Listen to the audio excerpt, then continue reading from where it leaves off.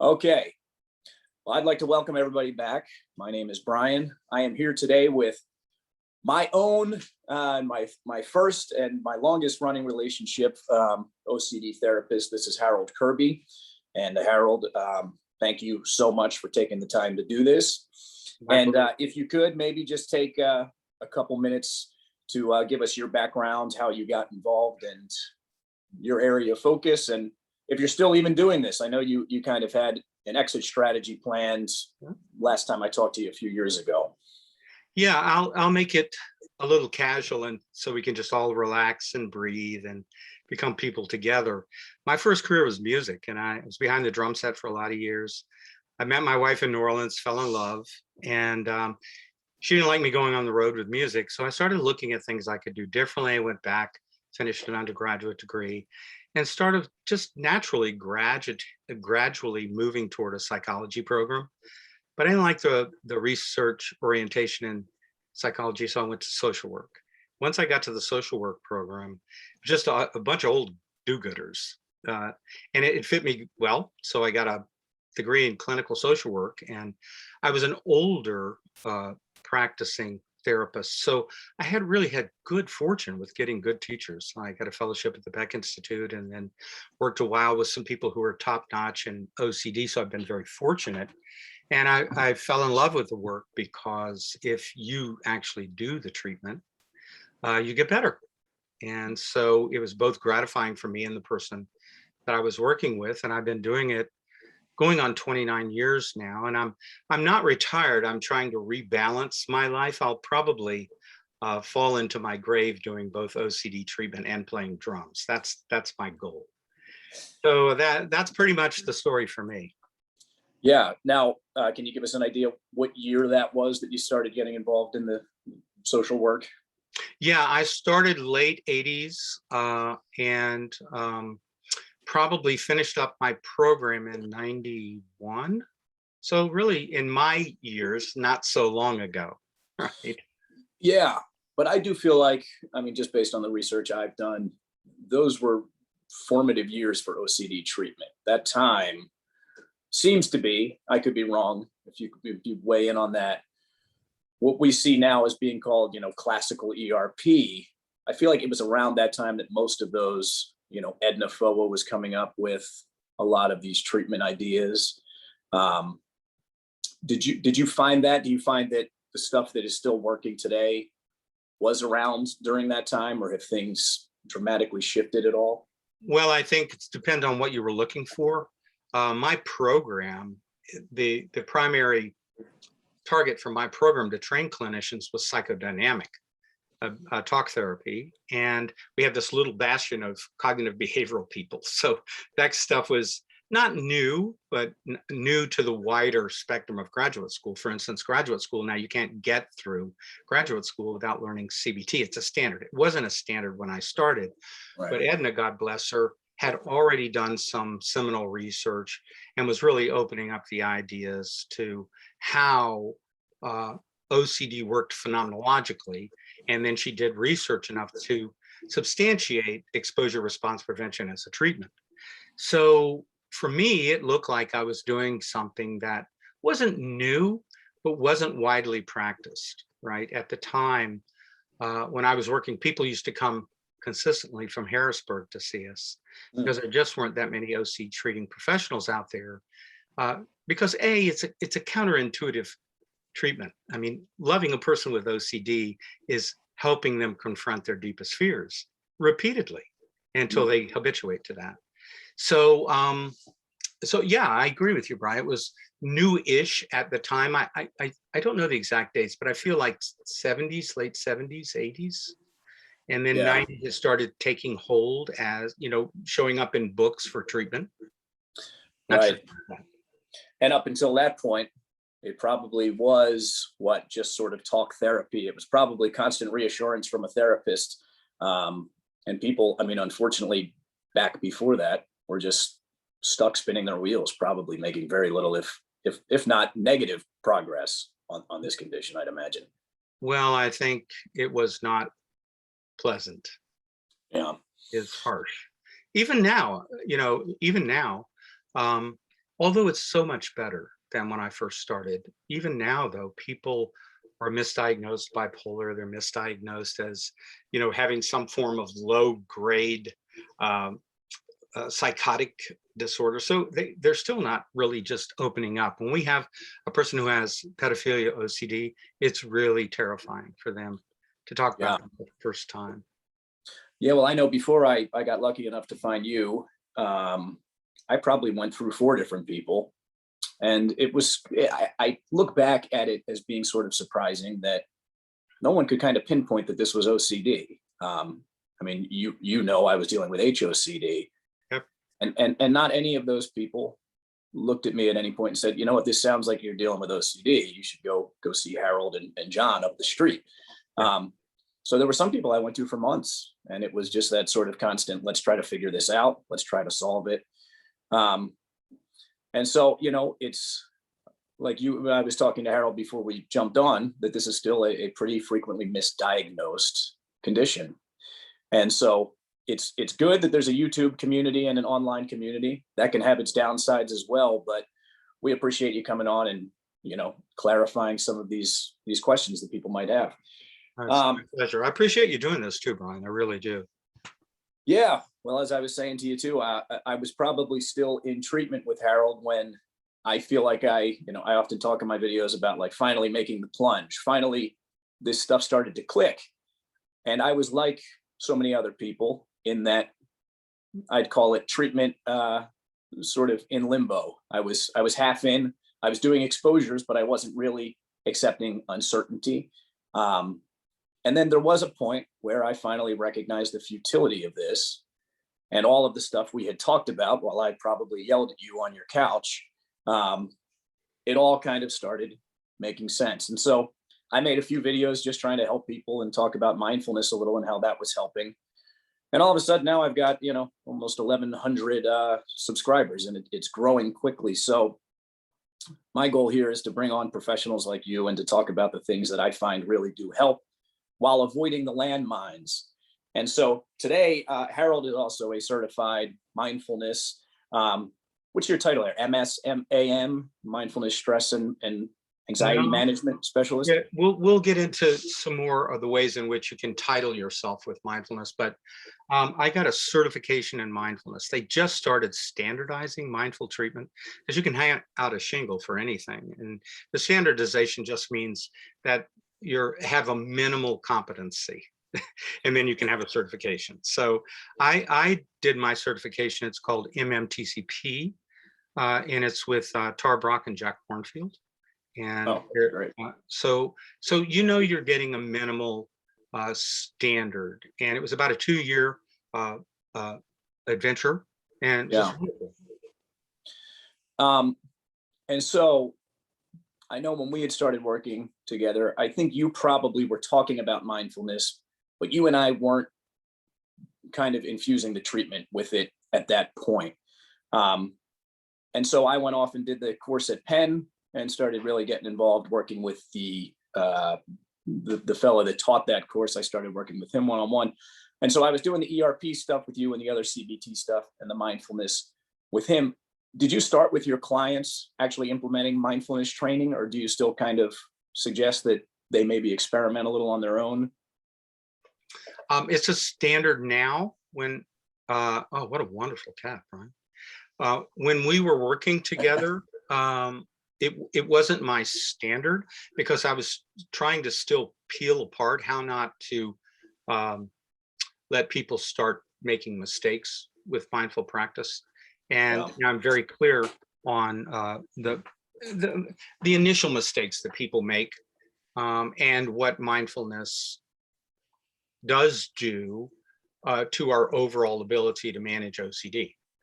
Right. So in the beginning, less confident than I am now. Yeah. And so what would some of those mistakes be that you would see if people didn't know kind of how to navigate? Yeah, well, it's like any sort of thing that becomes cliquey or popular. People become very short-minded about it. So believing that mindfulness is a a relaxation technique, although you can become relaxed in a mindful practice. That's not its target. Believing that you're going to get rid of all negative thoughts or bad feelings, or that you're going to increase positive thoughts and to be able to practice, or that it's going to enhance your life immediately and give you some special kind of ability. These are all initial traps for people. They're very disgusted with themselves when they can't stop thinking. Yeah. Right. And so how would you describe it? What is the purpose of mindfulness, or what is the practice in your best description, for not even just for someone with OCD, but in general? What is the goal? What is the focus? What are we trying to do here? So we're all have the ability to be mindful. It's innate, right? Unless there's some major organic problem. It's innate for all of us. So we're all in this together. We all have this ability. So you're going to learn more about what mindfulness is as you're in your practice. But if we have to define an experiential process, I believe it's learning to move your awareness to the present moment on purpose, in a kind, curious, and open way, without judging. And what shows up is mindfulness. When you do that, you're in a state of being present. As you're being present, you're able to discriminate without having so many opinions of your mind jump in and color what's actually there. Right.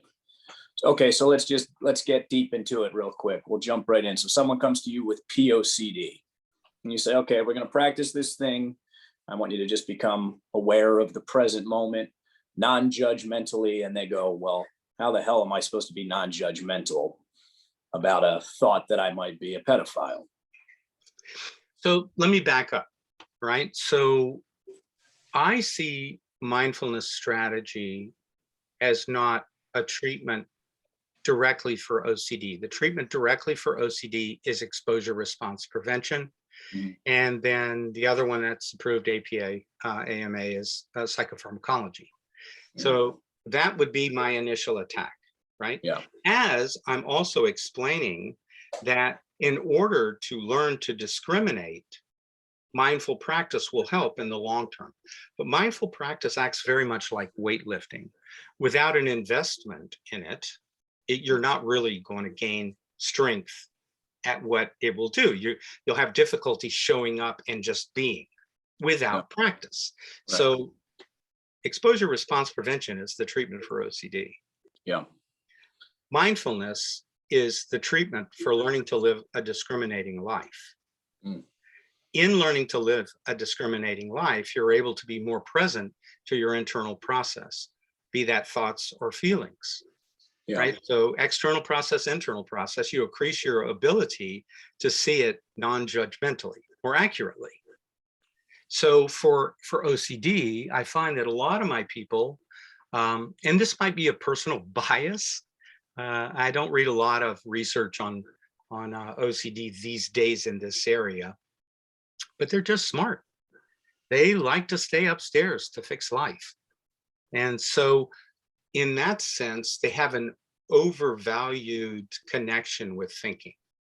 Right. They tend to think that thoughts are closer to facts.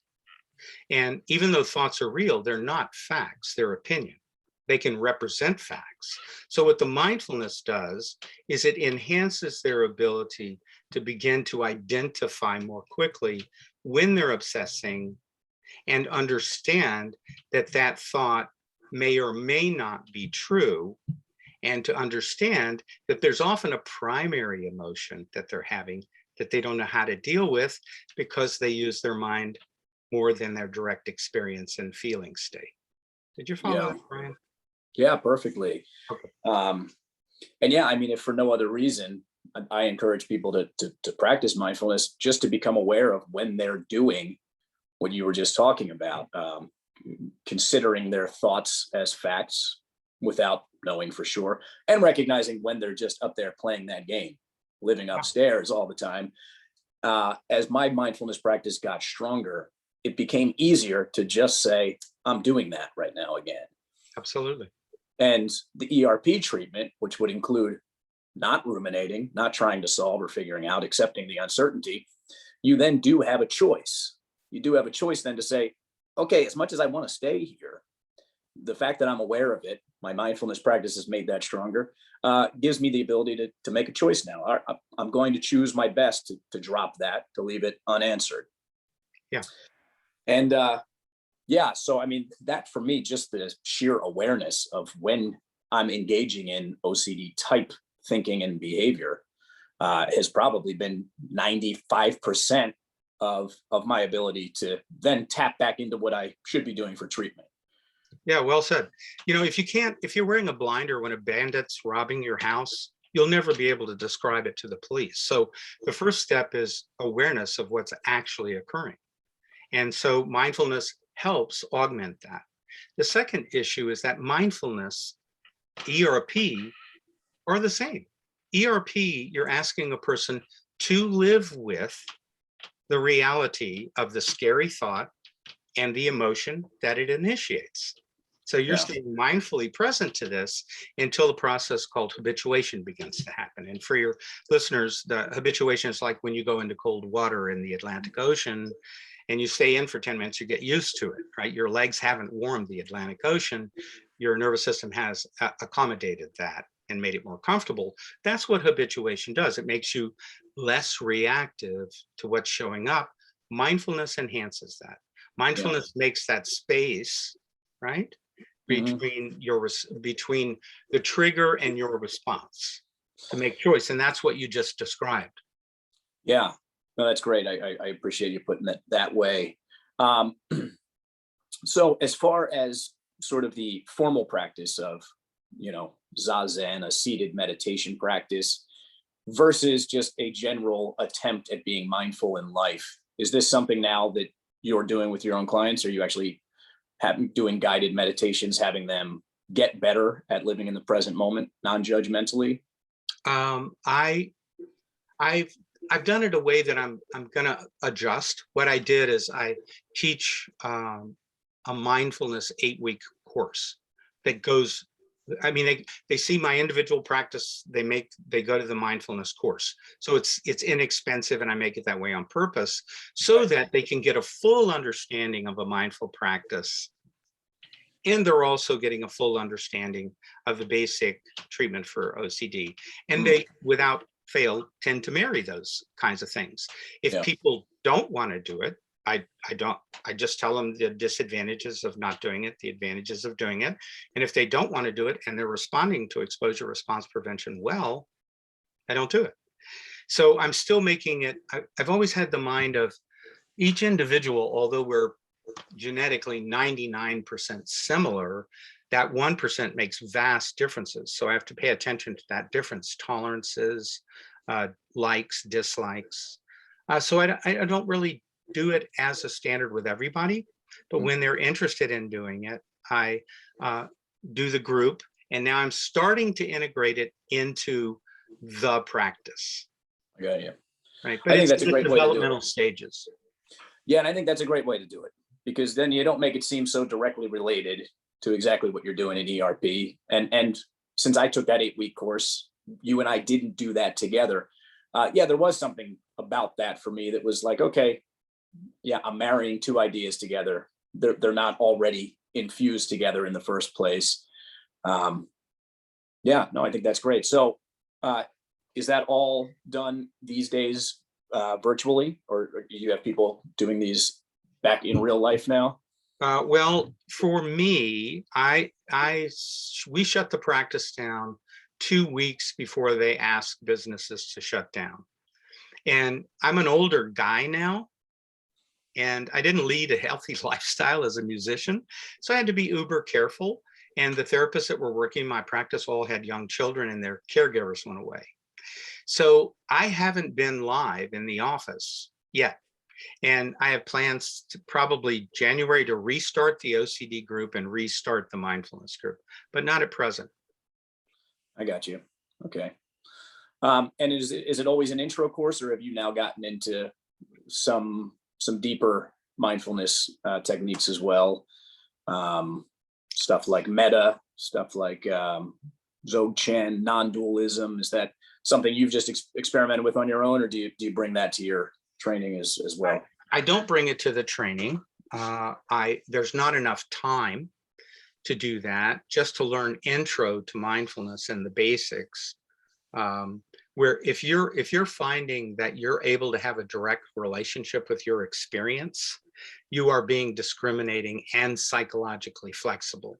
And then in that moment, you can choose to go as deep or as shallow as you want. What I want people to learn is how to be present to the moment in a kind and curious way, prolonged, without judgment, so that they can enhance their ability to treat OCD. Right now, somewhere down the line, I may have just mindful practice. My own practice is deeper than just the cursory information. But that's a requirement of my being a certified teacher too. But I dislike dogma in any form. Yeah. Right. So I like what works. Mm-hmm. And so I tend to allow people, for me, therapy feels like waking up the person's therapist. And then once they've got the basics and their treatment is managed, their OCD is improved, they're going to be able to discriminate and decide what they want to do for themselves. Excellent.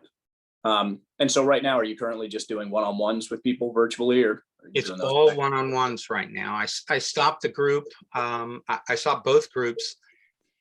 It felt too tedious on a platform, but I think now we've all been doing this for so long that I've adjusted to it very well. I could probably do it easily now. So I'm rethinking some things. Yeah.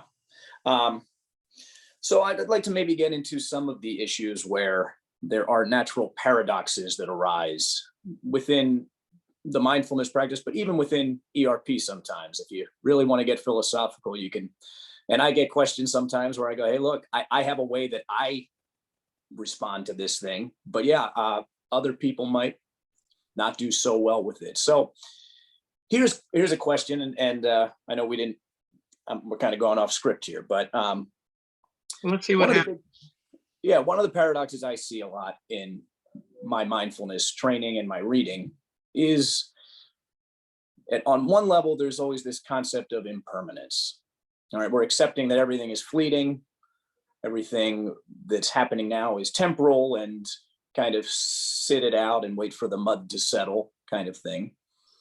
On the other hand, you read a lot about, what if this is how things are forever? Can we accept that what's happening right now, let's say it's an OCD flare-up, can we bring this level of ERP of, I have an expectation that I'm going to confront this and habituate to a problem?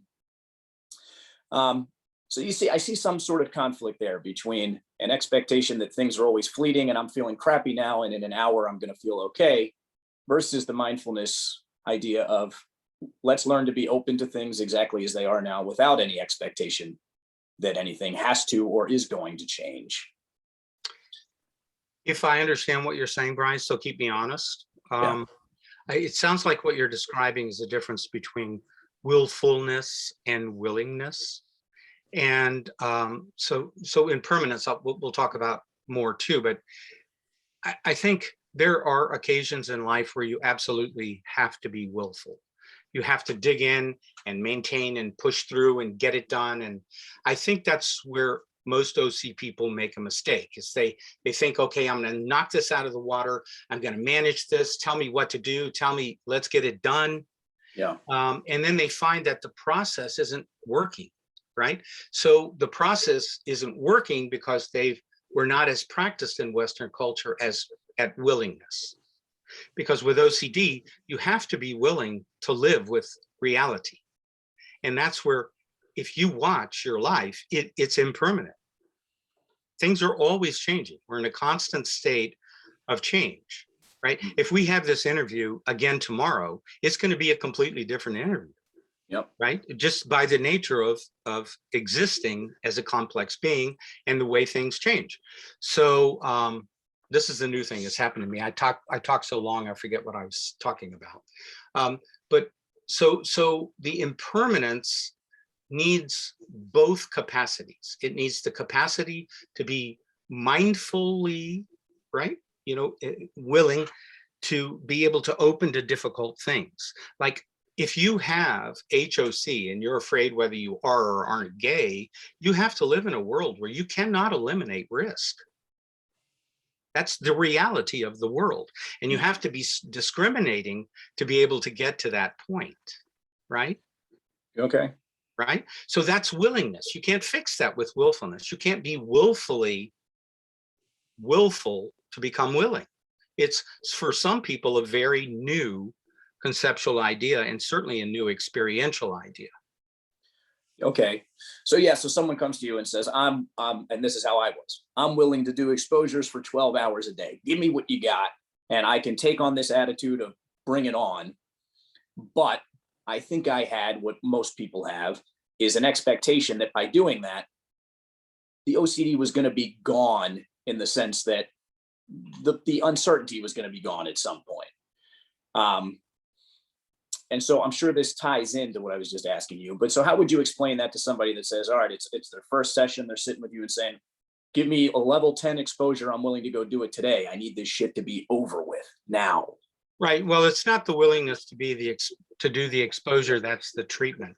It's that the exposure demonstrates to you that you can live in a world and let go of the fallacy that you can eliminate risk, and that you can both stand your thoughts and your feelings that keep you hugely aroused, right? So the exposure is the vehicle to be mindfully present to those big feelings and emotions, right? So that's not willfulness.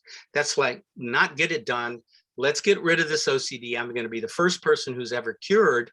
That's an agonizing, terrifying stand on a cliff where you're going to jump into your biggest fear and not run. That's huge.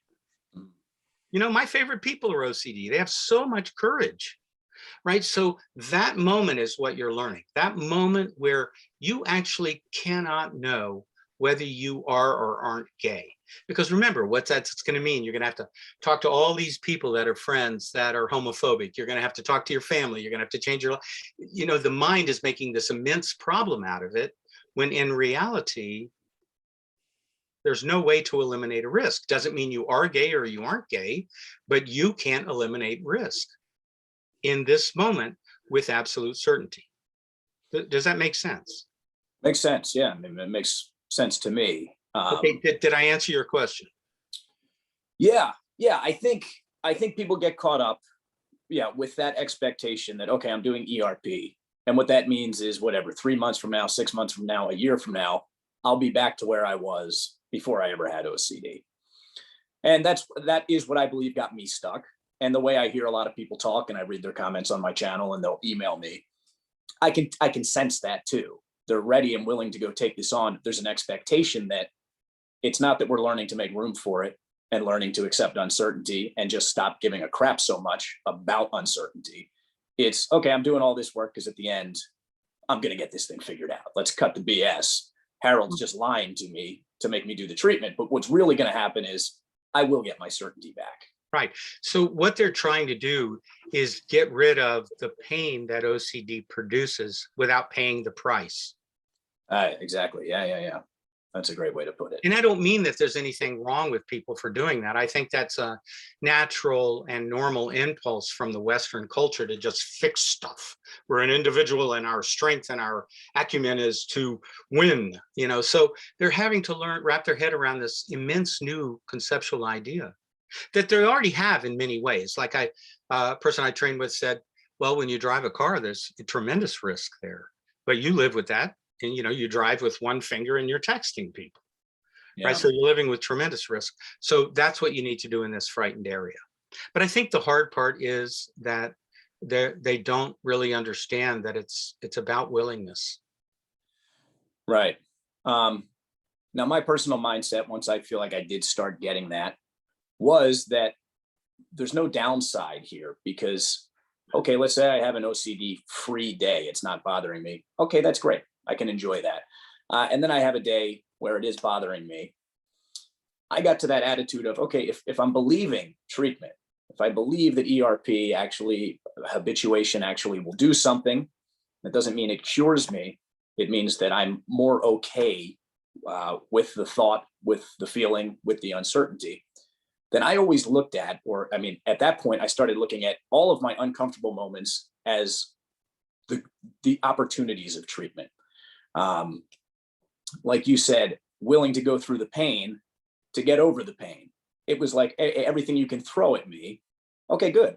I'm willing to open up and experience this now, because I do trust that I habituate to these things, and that I don't need to force them out. And more importantly, that I can live with them and move forward even when they are present. And so it's sort of sadomasochistic in a way. I really did start looking forward, and I still do. I mean, I still get crummy feelings. My OCD hasn't flared up in a long time. It might tomorrow. It might when we're done this interview. Yeah. But anything, if I, have sleep problems, if I have anxiety, if I have depression about something, it's sort of this, okay, if I trust this treatment of habituation, I can open up to these things and learn to make room for them. So for me, when I approach it with that attitude, there really is no downside to treatment. It's all upside. Do I keep feeling more freedom by allowing myself to feel the crappy stuff that comes in? I think it's brilliant, Brian. Yeah, it's what you're describing is avoiding. And when we sort of deconstruct that, there's a light of anxiety and fear before all learning, right? So, what you're doing is training yourself to live your life spontaneously to the fullest in the face of fears. Yeah. Because you're discriminating that this particular fear isn't, that the price you pay for doing rituals is unjustified. So you're going to face the fear and get your life back. Right. And so, yeah, I don't, people think that ought to just come automatically. And I don't know that it does come automatically to us. I think it's a devoted, committed action of practice. Yeah. And that's the key word, is the practice. Yeah. As you know, OCers want that instant gratification. Their hope is they're watching this video right now and hoping they hear you say something right that's going to make this all disappear. Right. I always tell my clients, listen, if you find certainty and an ability to consistently eliminate risk, screw all this therapy stuff. I'm going to be your agent, because we are going to so clean up the planet, right?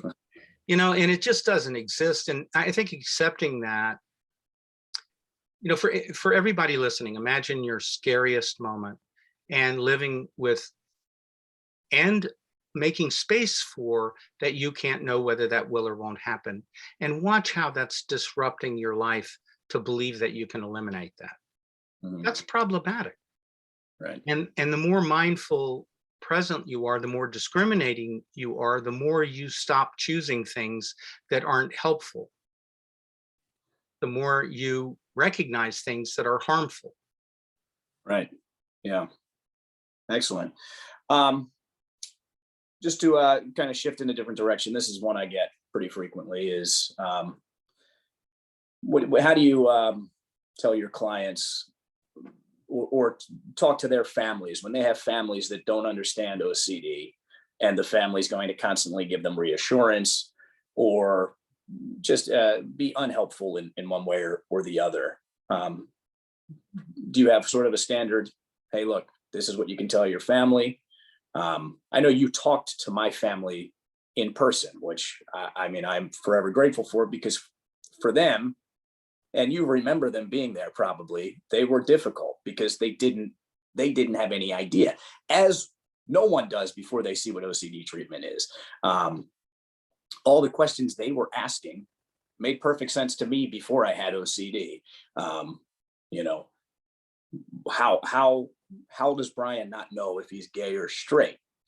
Why can't he just go experiment and figure this out?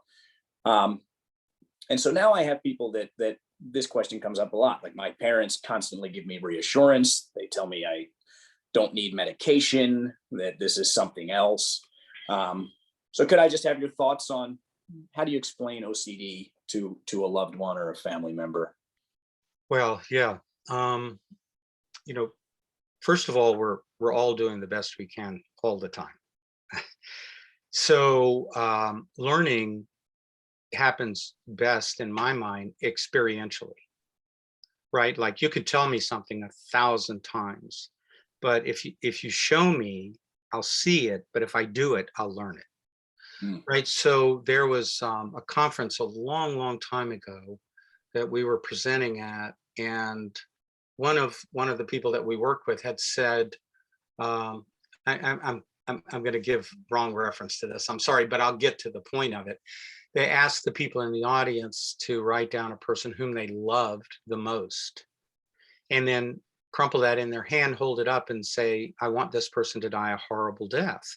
And these were the parents of OC sufferers, and not very many people would do that, Yeah. right? Why not? Because they want an absolute certainty that there will be no part of that what they're saying that will affect someone they love. Well, come on. I mean, right? In reality, you can think shit about people and just kill them. No, we don't see that consistently. So we have to again discriminate. So what they come in contact with is this part of them that they can't really explain, that doesn't know how to live with certainty, but doesn't want this magical thing to create a possibility of harm. And so when they feel that, they're like, oh shit, you mean that's what's going on with him? Mhm. Only 100 times worse and 1,000 times more frequently? Mm. Right. So if I told you saying that, not that you want this person to die, will make it not happen, will you believe me? And they go, well, not really. Right. So that's the same thing with reassurance. You might give him a little bit of relief, and you probably will. You're going to train him to look at reassurance. So if you really want to help your son, you're going to have to do the hard thing.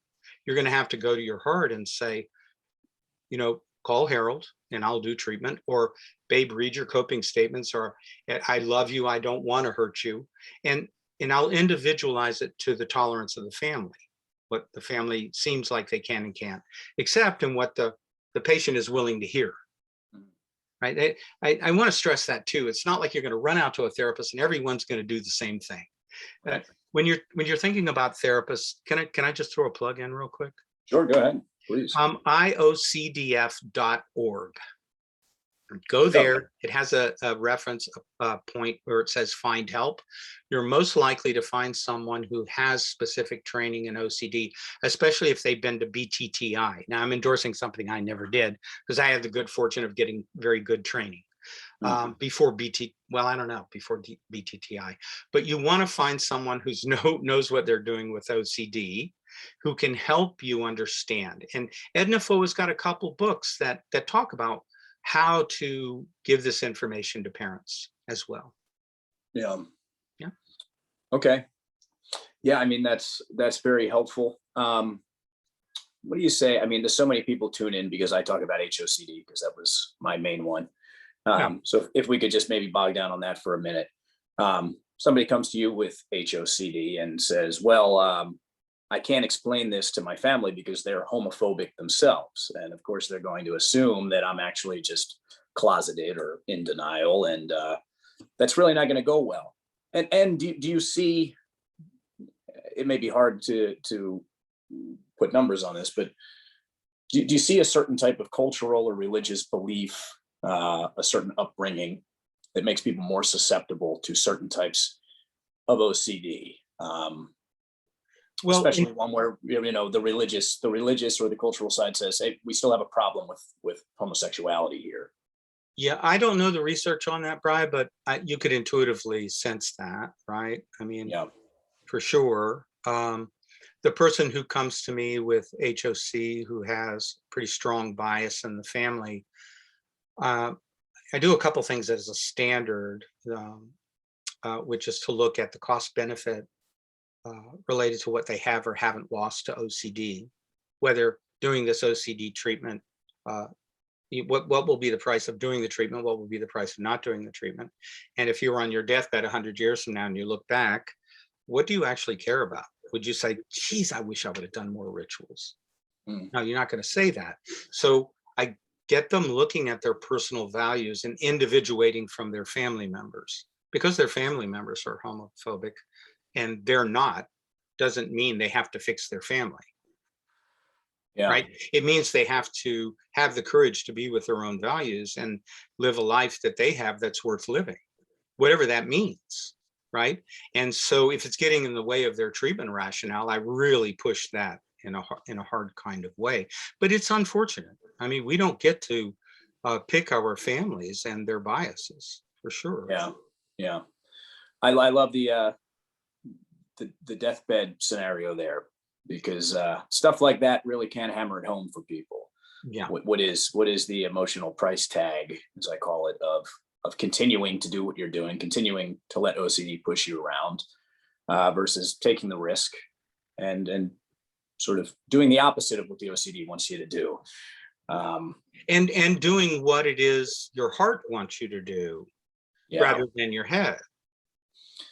Right. And this ties into the ACT. And I know you were, I know you and I were doing some ACT work together at that point. Is that still something? Is that something that you're finding is helpful with your clients, and elements of that you're infusing into your treatment? If I'm honest, right, earlier I said I didn't like dogma. I steal from every possible place I can steal from. Mm. And Stephen Hayes was one of the first people, actually Marshall Lenehan as well, were the first people to create this third wave. Right, there was John Kabat-Zinn, who wrote Full Catastrophe Living, and he opened a lot of eyes in the medical community, yada, yada. And then Hayes came along and did a lot of really good research on language and how that didn't work. And he's a mindfulness guy. He has a good practice. So he started this popularizing of the third wave. I forget his first book, Getting Out of Your Mind into Your Life, something like that. So yeah, his ideas of mindfulness are very truncated, right? He has shorter ideas about what to do mindfully, more compact ideas without having to go into a deeper study. He has brilliant analogies. So there's a lot of stuff from Stephen Hayes.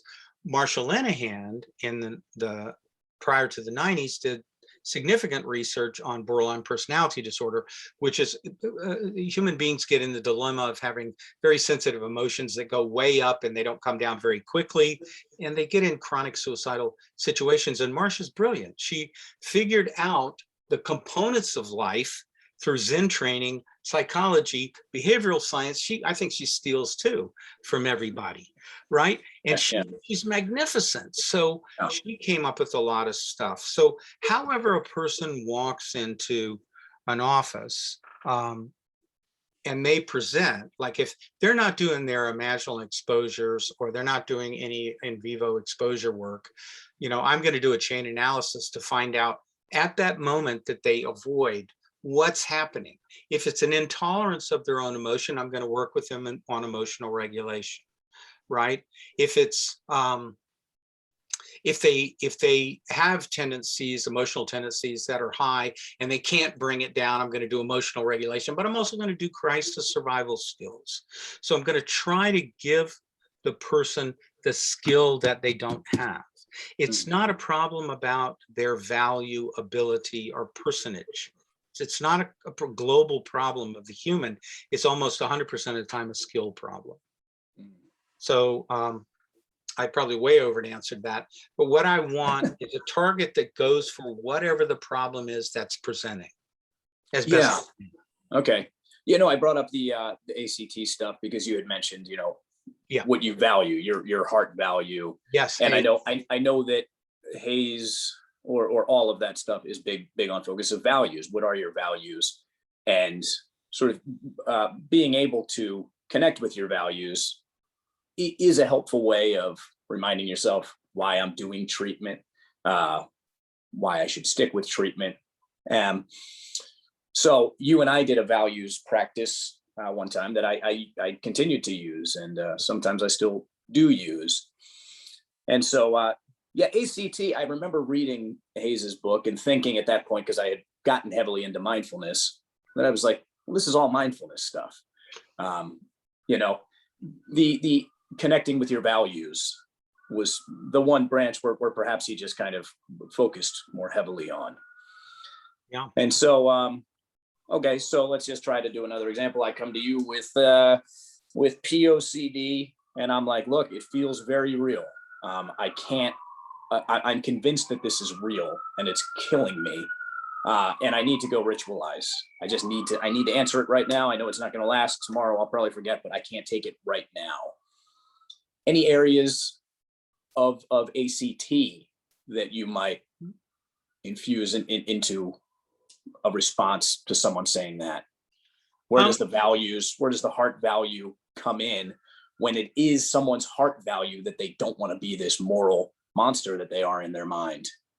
Yeah. So in my mind, when I'm thinking about ACT, what I would think about is, okay, so what explains why you don't want to take a direct look at this in order to manage it?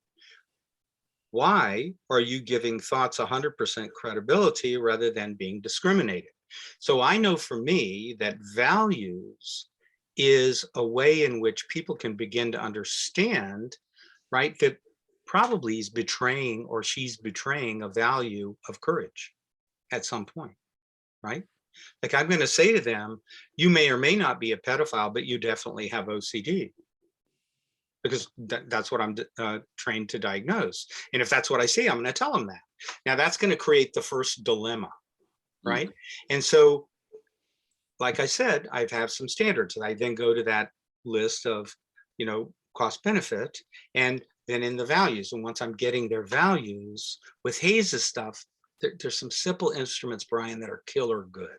Like he has a choice point instrument. Right. And so that choice point, when they want to go do a ritual, at that choice point, they can look to the left side that's pulling them away from their values and remember what it does. There's their cost benefit list. And if they want to do response prevention, then there's their value list on the toward side. Okay. So choice point, Hayes is a behaviorist at heart, not at heart. He's a behaviorist and he's well informed in a lot of areas. So that instrument would help a person say, okay, well, there is a price for doing rituals. Here it is, it's written right here. And then they say to me, but I just am terrified that, it will be the worst thing on the planet that I hurt a child or abuse a child. And what if I go to jail? And they're all often right. And so they're begin to slowly understand that not living with the possibility of that is the problem. Like if you were not wanting, if you had OCD, let's call it COCD, car OCD, and you didn't want to go in your car because you needed to be certain you wouldn't get in an accident, what would begin to happen with your life? Create a little bubble where I never probably left the house or never at least got in the car to get or anywhere. You sure would make a lot of checking and calls and all that kind of stuff, and you get a big ass car for sure. Right. So I'm using analogies to try to help them understand that they actually do have this condition that's debilitating them in a significant way, and that it isn't reality to try to eliminate risk by finding an absolute certainty that the thing you fear isn't going to happen. That's great, man. And then you plug in the values, Brian, right? Then you say, well, God, why would I do a treatment that sucks this much? And John Grayson has all this stuff in his book laid out, right? So you say, well, do the ritual, but hey, here's what it's going to cost. And if you do the value, yes, you're going to feel the pain and you get liberation. I use an old program. This app guy ought to be sending you residuals, man. I got to call him. Basically, it's a loop app. Yeah. So I download the imaginal exposure on the loop because people get real lazy and they have all kind of excuses for not. In 29 years, I've never had a person come into my office and say, I can't wait to do the imaginal exposure, Harold. It just doesn't happen, right? It's aversive.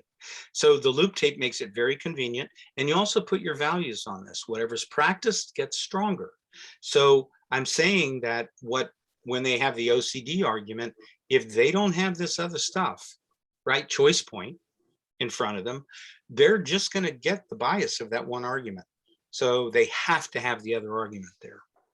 Yeah, and that's great. And that is another thing I often endorse, not in the same way. Choice point is not I'm not calling it that, but it's basically, I used to carry around, and this was probably your own suggestion, I would carry around basically a list of arguments for why I shouldn't ritualize. That's wonderful, man. And because when the OCD flares up, and everybody watching this knows, it will feel completely overwhelming. You will forget all the reasons why you're choosing not to ritualize. And so it may seem silly, but it is true. Having your own voice and your own words to come back and tell you, well, look, what's the emotional price tag on this? Here's your counter argument for doing it. That was essential for me. And I probably used to look at it several times a day, maybe double digits times a day. And I think that brings to a very important point to your viewers, Brian, is that, this isn't like, you have a magic insight and all of a sudden your life changes. This is committed action over and over and over again until you're training neuroplasticity. It's like, I always use this example for managing old beliefs and creating new beliefs. Christian kids grow up with this idea of Santa Claus, right? And as an adult, you can remember all of your events preschool of how wonderful Santa Claus was, but do you still believe in Santa Claus? No, why not? Because discriminating events have happened, right? Yeah. So you have to create discriminating events with your OCD treatment. And that's what you were doing with reading you were saying, no, wait a minute, this old stuff, right? Because neurology doesn't tend to go away. You add on to it. Old stuff, not correct. New stuff, correct. Until finally the new stuff with practice gets the momentum to dominate. I think Beck used to call it valences or something like that. I remember. Yeah. Yeah. So that's what you were doing. And that's what the work takes. It's a committed work. Yeah. And so I don't want to keep you too long. I'm sure you got a busy day, but I know that I had very bad flare-ups with you. I remember one time it was so bad I couldn't leave the house. So we actually did use what was it called? VC. Yeah, right. Yeah. And I think I maybe saw you 4 times in 4 days. I was just having. Yeah. And so let's say someone's in that condition. It feels so overwhelming. So unbearable, they need to give in. Can you maybe just dig deep into your heart here and give us, if someone wanted to just tune into this video and watch this part in the heat of the moment, to maybe bring them back down a little bit, what would you say to someone in that situation? So outside of the clinical considerations, they probably need a higher level of care, right? You know what I'm saying? I would say you have OCD. OCD is not who you are, it's what you have. You matter. We all matter. Making a life worth living means learning some things right now that are very painful. And in this moment, what is it you're not doing that you intuitively know you need to do to begin to recover? Right? So depending on the person's tolerances, I might go that direction. I always go this direction. You matter, right? You're fine. What's problematic for you is that your skills are low in areas of management, right? And you've made the gross mistake of believing that says something about your whole person and your whole moment and your whole ability to succeed in life, right? So, you're looking at a permanent solution for a temporary problem. No, you're good. Work the problem. And then I try to get them to work what's going on with them, with me right now, right? And so basically, I'm recommending higher rates of imaginal exposures to people. It's more portable, especially for the OCDs that can't have in vivo exposures readily. And what they're trying to do is to learn to tolerate having that feeling and that thought so they become less reactive to it, period. Yeah. Once they get that, there's a form of liberation and confidence that comes with that, that makes them want to do it in spite of how painful it is. Right. And like you were saying earlier, that foot stays firmly in the treatment, but the other foot stays firmly in not wanting to do the treatment for a long time. And answering your question, coming back to it, they're at a place right now where they're just terrified. Yeah. And, people that say, just go read a book is the most insensitive. When they respond to my clients with intellectual statements and don't understand the emotional pain that this person is in, it's infuriating, really. This person has the highest autonomic arousal a human being can have. What they need to understand is that they can manage that. Yeah. But what they're thinking is they have to fix it. They have to get a certainty that they're not a pedophile, that they're not gay, that they're not whatever. Right. And so that's going to be a target for me to try to work them the other way, to get them to face the fear and build some tolerance for this. Yeah. Yeah. And so, I mean, as everyone's hearing, like Harold can come at you from a place of his heart and hopefully provide a little bit of relief, let you know that you matter, that you have OCD. But in those moments, I know it and everyone else does, there is no quick escape from it, other than relying on your ritual, which, if you know anything about treatment, it is going to keep the OCD alive and make it stronger. And so if you can, do you have to get going? I don't want to keep you too long. Oh, I have a little time. Okay. So someone then takes that and says, well, Harold, I'm really trying and nothing's happening. Well, but Yoda told us what about trying is. It's bullshit. There's do or do not. So what are you doing? So I want to find out what they're actually doing.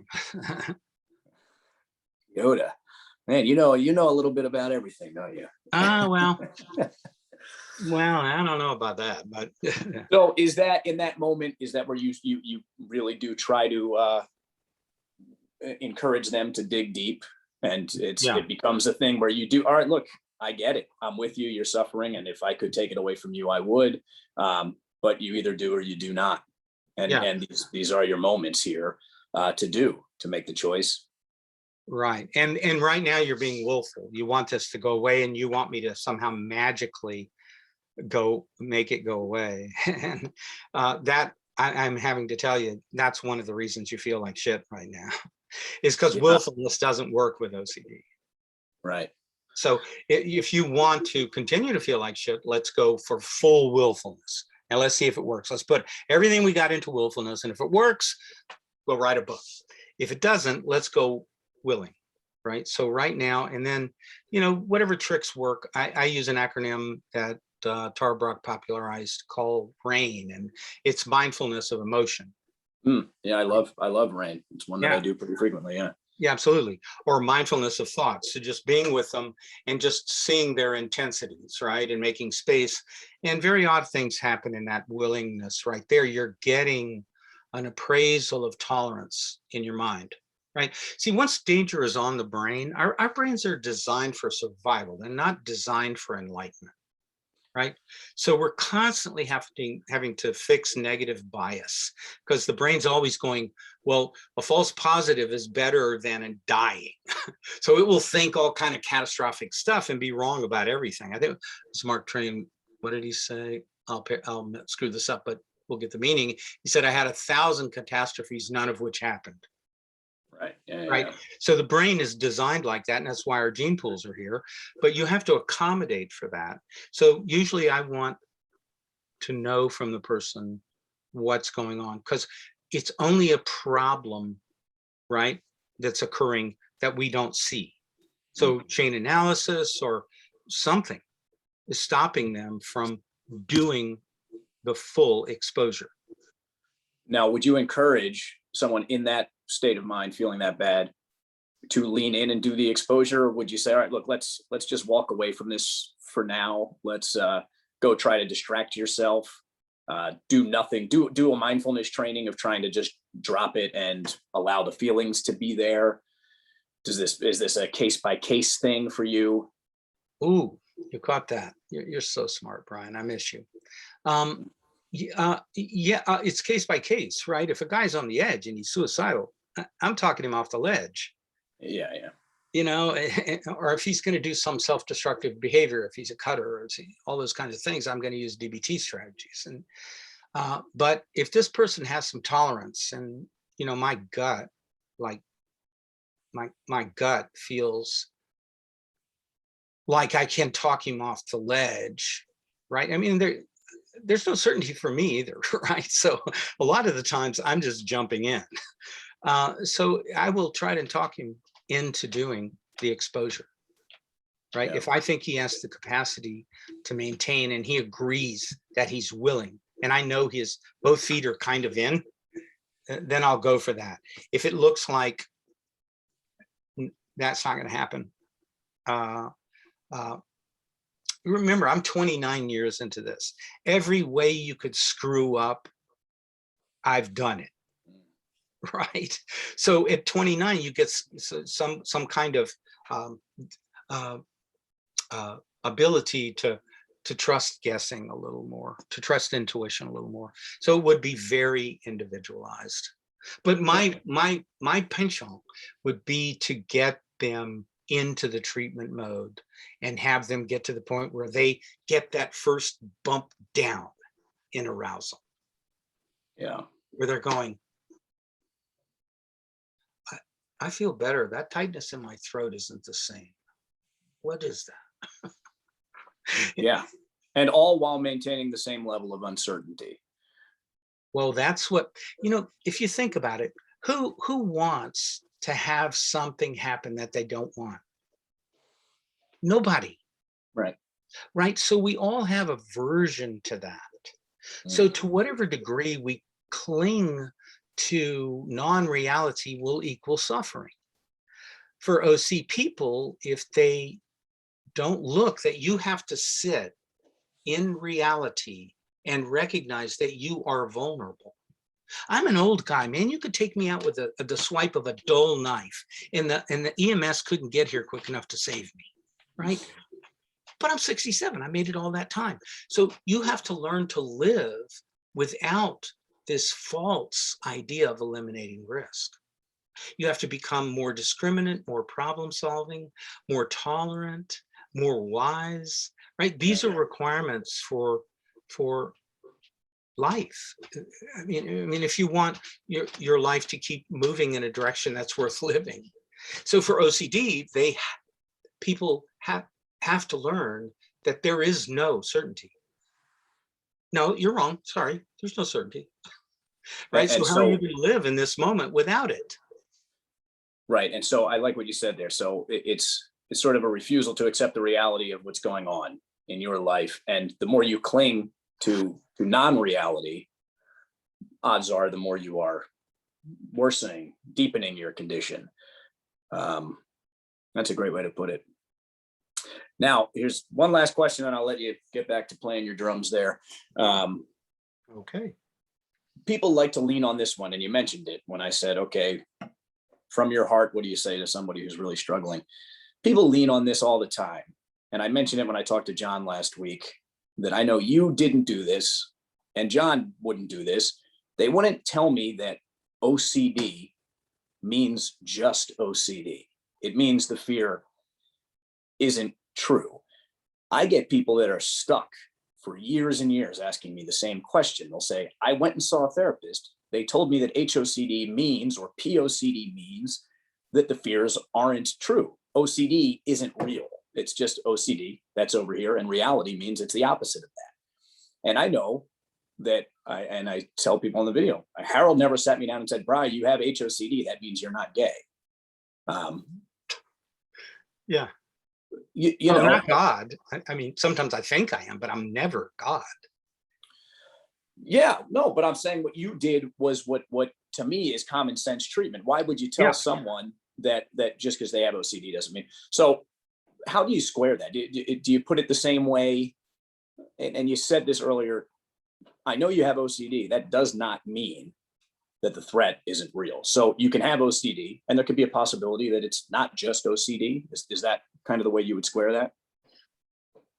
Well, yeah, in a nutshell, I can't predict what will happen in a person's life, right? I'm just treat OCD, and I know what that looks like. But having OCD doesn't mean that you aren't gay, right? Having OCD doesn't mean that you're not a pedophile. It just means you have OCD. Right. No, Yeah. but what happens is you're so eclipsed by the OCD content and the drive of arousal that you've lost contact with your knowing self. You're thinking, you're not being anymore. You've become thinking. Right. Yeah. And so in thinking, it just keeps playing the game. Look, when you think about OCD, if it's looking for certainty, here's what OCD does to find certainty. Here's some stupid shit if you want to know something. Right? It says, okay, I'll help you get uncertainty out of the picture. We'll get some certainty. Now, what you need to do is, let's see, there's this catastrophic thing that can happen. There's these 1,500 other catastrophic things that could happen. Oh, and that'll ruin you within your culture. Now that, so it's only just bringing danger events into my mind as a resolution for certainty. Does that seem wise to you? No, it seems like the only choice, really. I mean, the best choice. But yeah, No, wait, I got confused there. What's happening is it's throwing all of these catastrophic events in your mind as the means of solving for certainty. oh no, of course, yeah, that's not wise to play that game. What I'm saying is, yeah, the only wise answer there is to say I'm accepting. I have no choice here but to accept the uncertainty, and we're not trying to figure out the content of the thought at all. And Right, but so back to what you said earlier, when a person who doesn't know the counterintuitive nature of OCD, who can be a wonderful therapist, they use logic. They think, oh well, if he's worried about being a pedophile, pedophiles don't be worried about being pedophiles. They like it, right? So he's throwing that piece of logic at you. But what does your OCD do with that? It goes, yeah, but what if I am? yeah, That's the very next thing. So what you have to understand is the course and the nature of what's going on with you. And the reason it's a disorder is that it's harmful in all ways, not helpful. Mm. So when you discriminate, you don't really want to do that. Right. Yeah. So these, I mean, do you find it common that the people who get their wheels stuck and do what I did, even though they're saying, yes, Harold, I'm accepting uncertainty, I'm doing my exposures, it is still the concern about the content of their thought, the truth or falseness of the content of their thought is still their overriding goal in treatment. Yeah, I think intellectually, it took me a long time to learn this experientially because I like to trust people, but actually what it was for me is not trust, it was stupidity. The intellectually, everybody that comes into my office, I say, you know, the treatment for OCD is that you're going to learn to live with uncertainty. And they go, okay, let's go. I'm going to get banners made with that. But it's really more of an emotional problem than it is an intellectual problem. Because if you're going to live with HOC and your father will disown you, that has a certain felt sense within your paradigm of who you are that you don't want to experience. Yeah. You know what I'm saying? So you Oh, yeah. keep bargaining to get rid of all of this rather than looking at the window of what actually is treatment, right? Because a question that comes up a lot along the treatment continuum is, well, what if this isn't OCD, Harold? Right? Yeah, yeah. And so I'm thinking, well, can't be certain. You know, my best guess is you have an OCD and I have a reasonable track record. So I don't know. Maybe it isn't. I don't know. You know, Yeah. because you can't have certainty. So that's a concept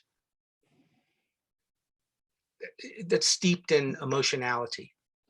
It's Yeah. steeped in mortality. It's steeped in abandonment and connection. So it's pretty scary. Yeah. Yeah. And I'd venture to guess everyone that's ever come in to see you eventually asks that question, what if it's not OCD? So it's sort of that secondary, it's sort of the secondary uncertainty that kind of keeps the first one propped up. I'm accepting that maybe I'm gay or not, but then I'm also accepting, I also have to accept that maybe this is or isn't even OCD. Maybe this feeling never actually goes away. Maybe I never figure it out. I have to live the rest of my life this way. You find almost every theme plays that game too. What if this? Yeah, not every theme, but not every person, but more often than not. And the paradox is I'm not there to fix anything. So if I tell them, hey, you're not a pedophile, they're just going to obsess about it. Right. So it's just useless. That's a demonstration of the disorder's driving engine. Right. And so that's the thing that I'm pushing as a target.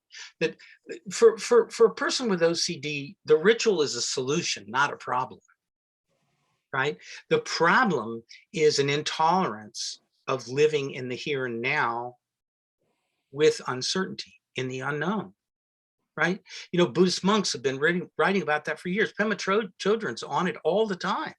A lot of her books are about the opposite of uncertainty, living with uncertainty, blah, blah, blah, a life ruined, Yeah. So, yeah. So, but to get back to the main point and keep it simple, I think, Brian, that there are a lot of competent treating professionals for OCD, and that if you have OCD, I love you, right? Get help. It's very debilitating disorder. That the common population has made a mockery of, and they don't really understand it. And they're not mean-hearted; they're just ignorant, right? So you're not bad, you're not broken. You have a disorder that's a small percentage of what's happening genetically, but it can 100% ruin your life. So look for competent people. And I just wanted to show a couple books. Sure, please. Yeah, you okay with that? Okay. No, I love it. I mean, I give book suggestions pretty frequently. So. Oh, cool. So mindfulness isn't going to cure your OCD. Don't use it as a standard treatment. Exposure response prevention, psychopharmacology. Look for a competent treating professional. When you get to mindfulness, if you can't get to a group or it isn't portable for you, this guy's out of Oxford in England, and the UK is ahead of us in mindful practice and research. He's one of the originators of mindful-based cognitive therapy. So this is an 8-week program. He has recorded stuff on guided exposures online. He's credible. I don't know if I have a copy of Grayson's book in the room, but John's written definitive books still, in my opinion. Yeah, and I've mentioned his book several times, so people are aware. Yeah. All right. Yeah. Now, the other thing is there were a couple apps. If you want to start with apps, and a lot of the young cats are, probably respond to that a lot better. Headspace. These I don't endorse. I haven't used them myself, but people I've worked with have used them. UCLA mindfulness app is good, I've heard. Headspace, everybody knows. Calm, CALM. Aura, AURA, My Life Meditation.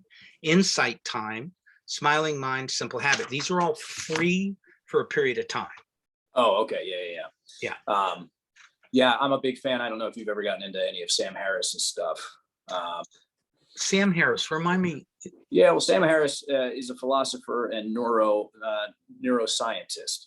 He kind of made waves back after 2001, after the attack, September 11th, being one of the 4 horsemen of atheism. So he may not be for everybody, but he's also a lifetime practitioner of mindfulness. So he has a book and an app called Waking Up, and he's very good at sort of taking any of the wooey spiritual stuff that people might find a little hard to take at first, because he comes at it from his very materialistic neuroscientist background. They're like, hey, here's actually what we're seeing, and he's a big practitioner. He's probably the reason I started experimenting with Dzogchen and the non-dual stuff. But it is expensive. I think it's maybe $95, but you get it for life, and it has, of course, tons of great interviews and a bunch of theory, a bunch of practice, a bunch of guided stuff. So Harold Kirby, and can people reach out to you, or do you have any availability, or are you always scheduled moving around? We're sort of overwhelmed at this point, but in in exposure-based treatment, people get better.